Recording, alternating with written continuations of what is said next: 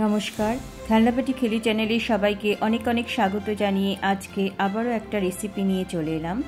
আজ দেখাবো কাঁকরোলের পুর ভাজা। এর জন্য এখানে আমি কিছু কাঁকরোল নিয়ে নিয়েছি। এগুলো ভালো করে ধুয়ে আমি অর্ধেক করে কেটে নিয়েছি। এবারে অপর দিকে কড়াইতে একটু জল গরম করে অল্প একটু নুন দিয়ে আমি কাঁকরোলগুলোকে ভালো করে ভাপিয়ে নেব। দেখুন, ভালো করে ভাপ দেওয়া হয়ে গেছে। এবার আমি তুলে নিচ্ছি। এবার এই কাঁকরোলগুলোকে আমি একটা চামচের সাহায্যে ভেতরের অংশগুলো তুলে নেব। দেখুন, বাটিতে আমি তুলে রেখেছি, সব ভেতরের কাঁকরোলের অংশগুলো আমি তুলে রেখেছি। এবারে একটা মশলা করে নেব, যেখানে ওই কাঁকরোলের ভেতরের অংশ, আর নেব পেঁয়াজ, সর্ষে আর কাঁচা লঙ্কা। মশলাটা আমার হয়ে গেছে, আমি কড়াই বসিয়ে দিয়েছি। এবারে দিয়ে দিলাম 2 চামচের মতো সাদা তেল। এতে দিয়ে দেব কালো জিরে ফোড়ন। কালো জিরে ফোড়ন দিয়ে আমি মশলাটা এর মধ্যে ঢেলে দেব। মশলাটা একটু ভালো করে কষিয়ে নিতে হবে। কালো জিরে দিয়ে আমি এবারে মশলাটা দিয়ে দিলাম। ভালো করে নাড়াচাড়া করে নিচ্ছি।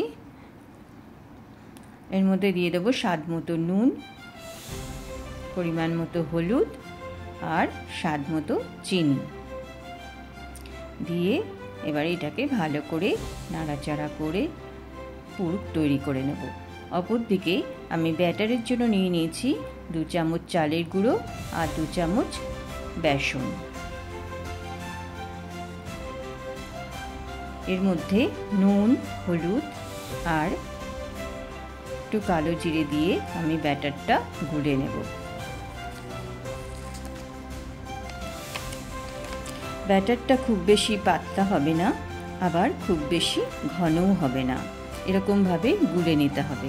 এদিকে আমার পুরটা মোটামুটি রেডি হয়ে এসছে।